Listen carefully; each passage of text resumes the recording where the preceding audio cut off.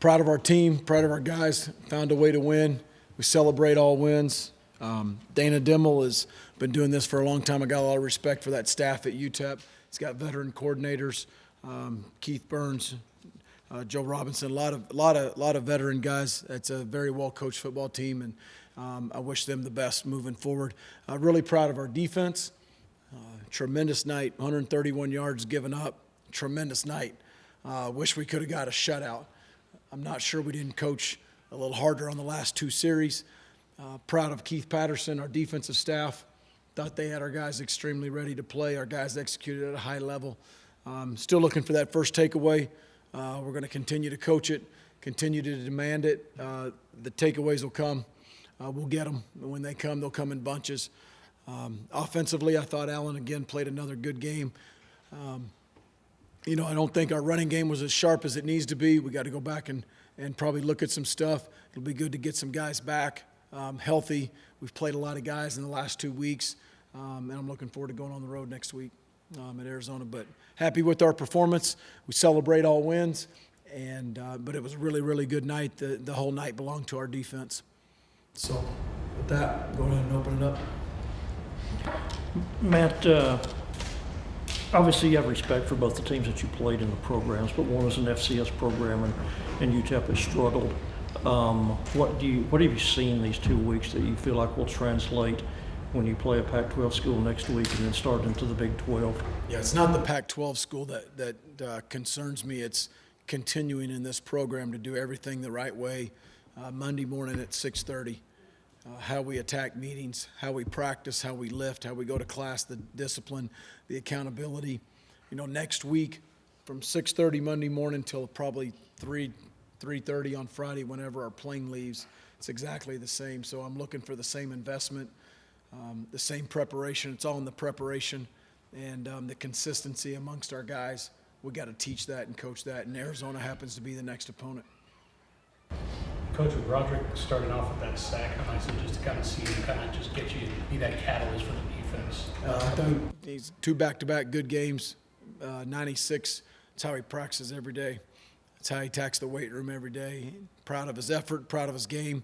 Tremendous leader. He's going to have a really good senior year.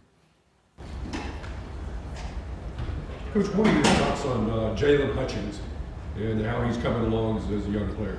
Yeah, I think Jalen's got a bright future. He's in there rotating at nose with Nick, and I think both of those guys can give each other some reps off. It's cumulative throughout the week. They do that throughout the week, and I think it hopefully keeps them fresh. But Coach Randolph will roll those guys through, and Jalen was really one of the surprises towards the end of camp. And I say surprise because he really wasn't in that role coming out of spring ball.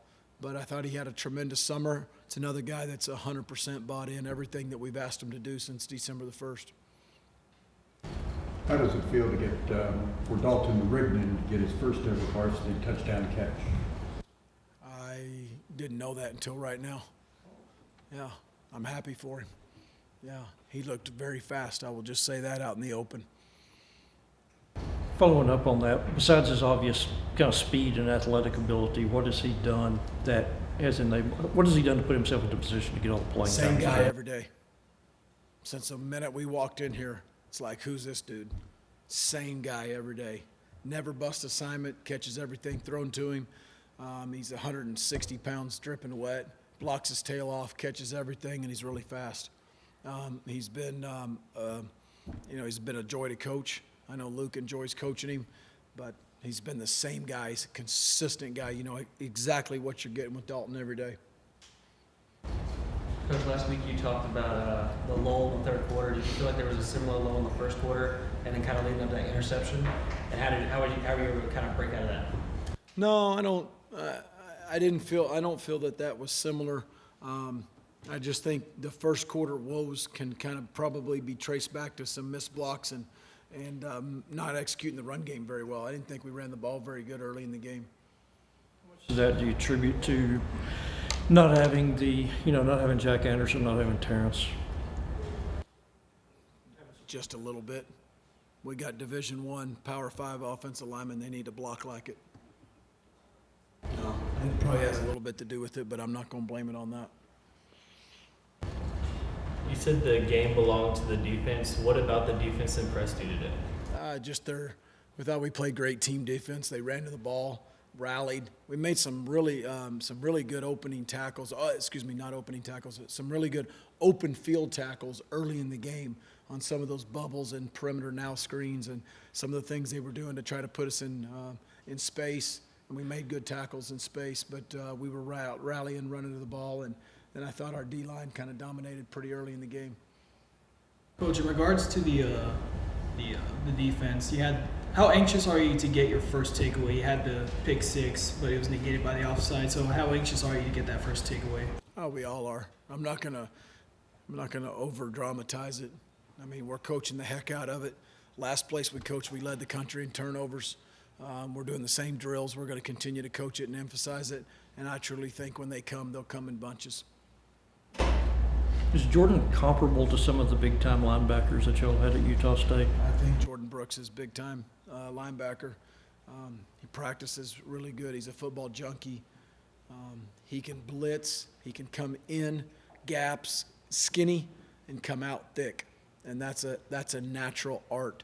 And he's, to answer that question directly, very, very comparable. I think we have 4 linebackers on active roster right now in the NFL, and he is very, very comparable to those guys. You got a bug on your hoodie there, Don.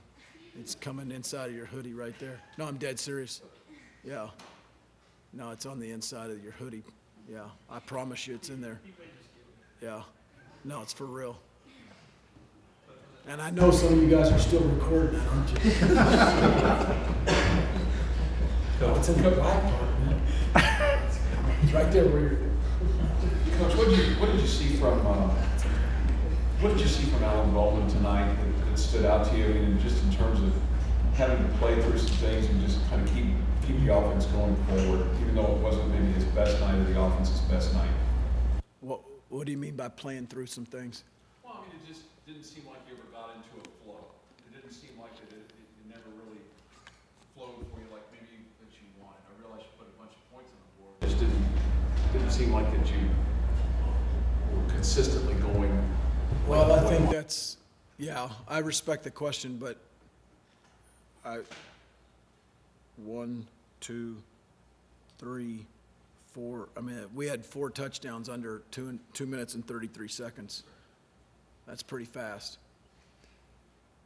I think the thing that probably makes you feel that way is we had a few more 3-and-outs compared to last week.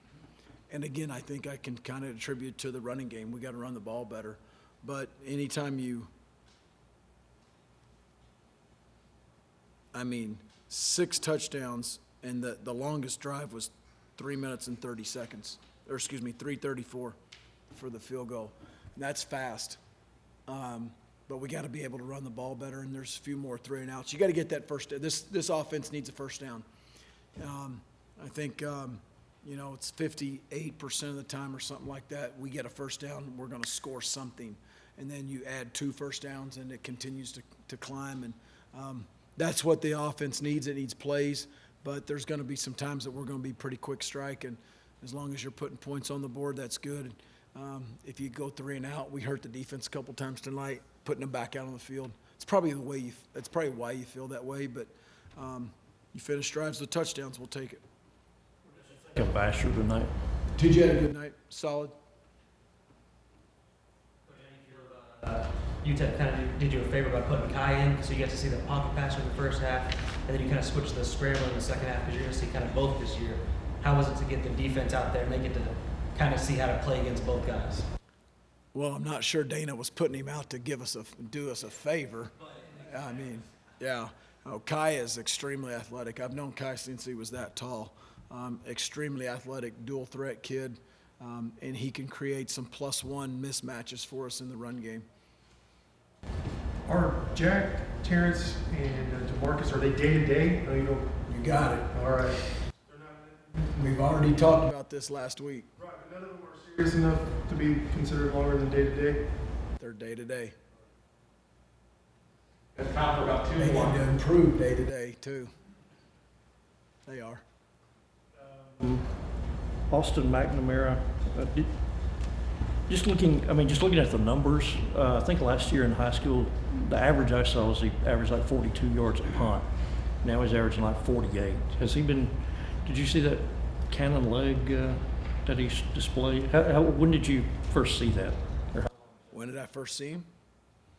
When did you first see him kick it? 2 Junes ago. He came and kicked for us in camp two years ago, and is the best punter I saw. We offered him, thought we had a chance at him. He got some bigger school offers that I was probably out of the recruiting game, and as soon as I got here and figured out we needed a punter, it's the only one I went to. It was him, and I think he got a little altitude factor here in Lubbock, and the kid's got a big leg, and I think if he continues to stay grounded and he's very strong mentally. He's very confident. I think he's got a bright future. He's a talented young man. You're a little hoarse from coaching tonight? Yeah, we try to dial it up at the very end. I was trying to get a shutout. I don't know, I lose my voice. It's just verbal encouragement, Don. Another time that you're out there on the field officiating with the pointing at the video board and juggling and making the call. You're watching me close. That's typical of your style, though, right? I mean, you're very. I'm just going to help encourage him to make the right call.